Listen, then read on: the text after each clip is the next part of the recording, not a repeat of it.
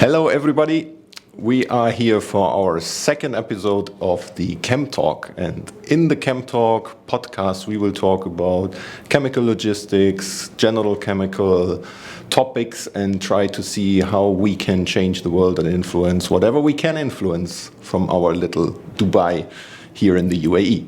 So today we have a special guest. She joins us all the way from Germany.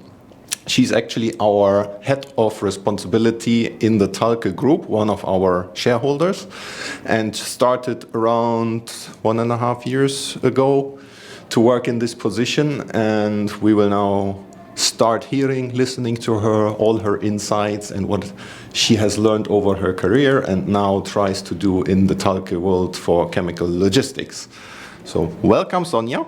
Thank you very much for the invitation. You're most welcome. I saw you already experience rain in Dubai, so that's something very special.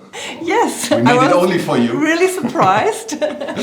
So yeah, maybe we'll start. Just tell us a bit about yourself. So how did you end up in the position where you are? Where did you come from?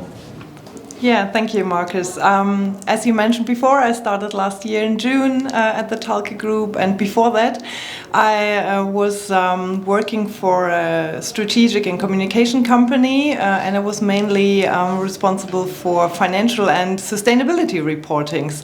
And my clients were from the chemical industry as well, so I had a really deep insight into the topics of and challenges of the chemical industry. And so I grew more and more into these sustainability topics, and I'm happy to join now the TALKE group and help them not only consult the companies and be external. So I'm happy to be part of the company now, to see the implementation and to see the growth and the wins we will reach. Good, nice to hear. And how I mean, you mentioned you were kind of connected to the chemical industry. Yes. But then to move actually into the industry, was there a specific reason, or that was kind of a coincidence? Yeah, it was after 12 years of the consulting firm, I thought it's time to move away and have another challenge in my life. And before I worked for several other companies, as well for health companies, for example. So, and my heart bumps for companies and not for agencies. Good. And in the pharmaceuticals, they need some chemicals as well. Yeah, so kind of overlapping again. And how did your passion for sustainability, responsibility actually grew inside of you? Yeah, it comes with the job, of course, with all the topics and the challenges the companies were facing, the sustainable transition, and all, of course, on the other side, the new regulations coming up from the EU and so on. So everybody was working on all these topics, but it's, of course, also a personal thing, yeah, right? To make the world a better place should be a goal for everybody. So, and I thought to help others to be better, it's a good choice. Yeah, definitely. And I mean, we see that all the big companies, they start focusing on it now. Yeah. But yeah, some focus more on the real impact and others only on the presentable marketing impact. Yeah, correct. Of course, I mean, our goal is to go the real way and not the just real to, way. Yeah, to wash definitely. it green or sustainable. No. Yeah. But it takes time. It's a journey, and you need patience to build up everything, and to have results. It's nothing from one second to another. So that is clear for everybody, actually. And I think there's also still quite some unclarity in terms of the standards, or how you measure things, how you then actually try to change these things you are measuring. Yeah, this is because there were no standards before, and they are coming up in time now. And so everybody does it like an image factor and published reports or something on their own. So there were no standards and no regulations, but this will come up in the next years, more standardized, that there's more transparency and that you can compare companies. So it's not only now nice to have, it's definitely a must have now. and hopefully a real impact we can achieve with that. No? Do you already have like the next milestones in terms of responsibility, sustainability for your role within the TALKE group? Actually, I'm surprised how fast these 1.5 years go away. So I started to have kind of a competition, insights and the industry insights, and we started with a strategic phase, I think 6 to 8 months. We set up the sustainable strategy with goals, with real long-term strategic goals, and we have that since 6 months now, and we're working on activities, on projects, and try to set up the roadmap for the next years. But because sustainability is really complex, it's not only the environmental side, it's the people side, the social side, the community side, and structures, policies, governance terms. So it's a lot to do, and for one woman show, it's really for now. For now. It's and of course TALKE and the TALKE group is really different.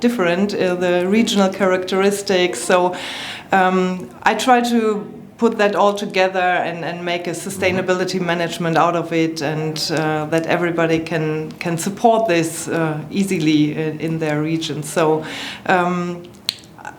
to be honest, we don't have really this result now. So we are working on different projects, but we hope that we can maybe communicate the next year some milestones we achieved. Some real target and milestones, in terms of numbers. Huh? Yeah, in terms of numbers, And you mentioned that it's more than just sustainability or only, let's say, CO2 emission and these topics. So that's one of the reasons why your role is called manager responsibility. Correct. Elaborate maybe a bit what else fits into the responsibility part. I mean, I think everyone is clear on the sustainability side, but the additional topics. Maybe to explain it, we also in Germany, we do not say, or we think that sustainability already is more than the green part. So when all the companies talk about sustainability, they all mean all the other different aspects as well.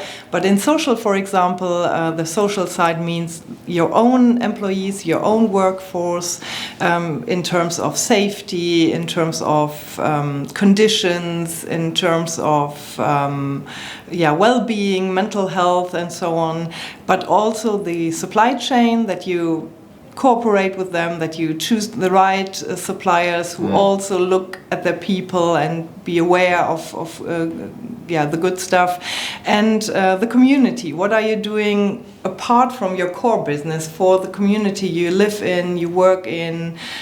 So these three aspects are also sustainability, or for us. I mean, community, I think, is a big point, especially for chemical company. Correct, having an impact on your environment / the community sitting in the same environment. No? That's quite a good point there. And I mean, all industries are starting to look, some more, some less.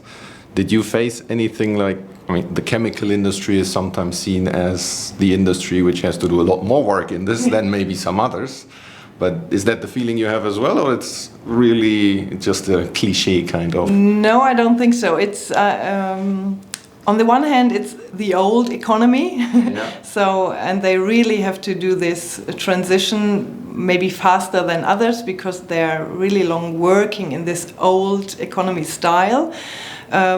And on the other hand, the chemical industry is the starting point for all, or for nearly all, products we have. So it's really, really important. And if the starting point is not sustainable, nothing else can be sustainable. So the chemical industry needs to be the first who changes. Right. We all are chemicals, right? So we are consisting, our body is a chemical system. No? So in the end, I find it sometimes funny when people say, oh, these bad chemicals. Yeah, but that's how you are functioning. Without it, you wouldn't be there. There will be nothing here on the table without chemicals. Exactly. So I mean, you touched a bit on challenges and also maybe opportunities. Do you have maybe 1-2 things specifically in your mind which you see as maybe today something really to tackle, and then what also comes in there being positive in the future, because we're looking into it? To be active in this sustainability and communicate about it and publish things, I think you can be a very attractive employer in this field, because especially in Europe or in Germany we have the worker shortage, the employee shortage, so we are really facing a challenge there. So companies with a really good sustainable strategy, and not only on paper and not only in concepts but living it, they really have an advantage to get employees on board and attractive talents then for the future. No, I would agree with that. The people are the bread and butter of our business, especially. We are people's business. We are people's business. We have a lot of infrastructures and things, but without the people inside, nothing would run. And that's where you should create the correct environment as well. Looking maybe a bit backwards and then forward again. So what did you encounter through your career so far, specific to the topic, which you maybe have learned or thought in the beginning this might be the right approach, but then during your development said, okay, now I know it better, so I change it? What I've learned in TALKE the last 1.5 years, that it's really difficult to implement the processes, the correct processes, is especially on a global scale, because we are so different and so different softwares and techniques are used. Complex as well. From services, IT infrastructure, people, cultures. On all levels, correct. And we have clients, they are all different too. Correct, right. With different requirements. Should never forget about them. No, never forget the clients. So that makes it really as a challenge, and I thought, to be honest, it's easier. Then everybody would do it. We do it step by step, and that's maybe really important, that every step counts. Not only the result, and not only we are never finished in this topic of sustainability. I also think we're not playing the game to win. No. We play the game to play the game, and that should continue constantly or non-stop without ending. Do you have any specific trend at the moment which you see in, especially maybe chemical sustainability related? A focus is definitely on this environmental stuff, I would say. All discussions on new techniques, on future, like when you think of alternative fuels, alternative drives. Okay, there's a lot of discussions in the industry. Is it more electrical, or is it hydrogen, or something else, right? So there are a lot of preparation meetings and insights on that, but nobody has a real solution at the moment.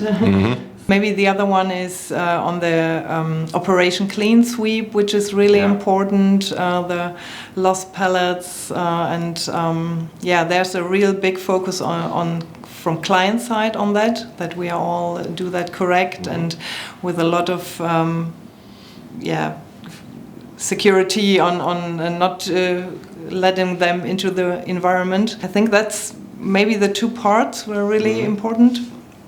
Maybe a bit on the alternative fuel transportation side. Are we already doing certain tests, or do we have some areas where we're maybe a bit further than somewhere else? Yes, I know it's also a big regulatory topic. It is. Everything is also on regulations. But in Germany, for example, we have some gas or one or two gas trucks on the road. But I would say at the moment our US subsidiary is most advantaged there.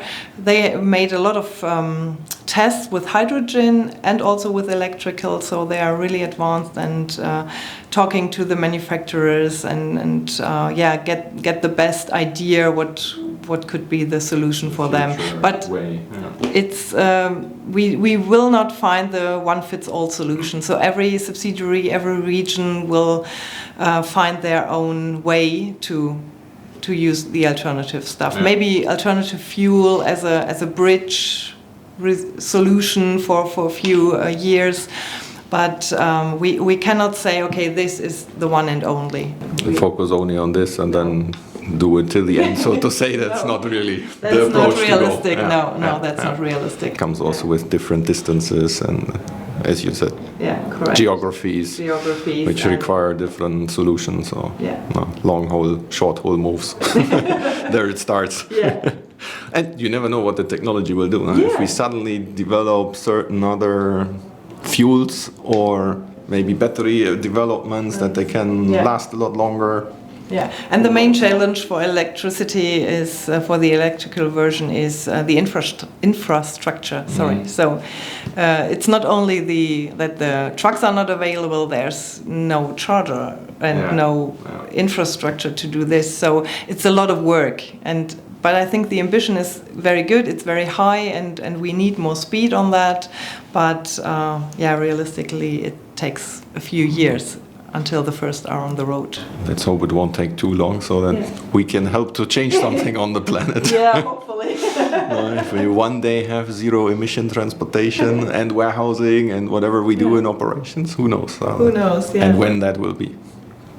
Sooner, later, I think we're there, but the question is when will that point of time be, Maybe one last thing, if any specific takeaway also from your visit here or from what we just discussed, overall, what you would like to share with our users, listeners? First of all, I'm really impressed about my visit here and the team spirit and the way you're working. That really impressed me, and I'm really lucky to have the chance to be here. And I think it goes into the same direction. It's all about cooperation, right? And this sustainability topic, you can't find the solution on your own. You can't do it on your own. You need to be open for partners in the industry or maybe outside of the industry, and you have to learn from each other. And this is within TALKE. It's necessary to learn more from each other, to learn from the best. And adapt it in your own regions then, but also outside of the TALKE world. We are organized in a lot of formal organizations in Europe, like the ECTAR, for example, and this is the exchange we need. We need more cooperation. That's the key word, I would say.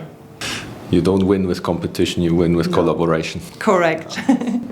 Within companies, outside companies, working everywhere. Thank you very much. Thank you. It was an interesting conversation, and enjoy the rest of your time in Dubai. I will. Now with sunshine, the rain stops. Yeah. So at least you get some good feeling. Close to weekend. Exactly. Sun is coming. Thank you for the time, and hope to see you again soon. For sure, we'll do that. Good. And for you, if you want to continue, feel free to subscribe on our YouTube channel. You will see the follow-ups on LinkedIn, and then we will come back with the next episode very soon.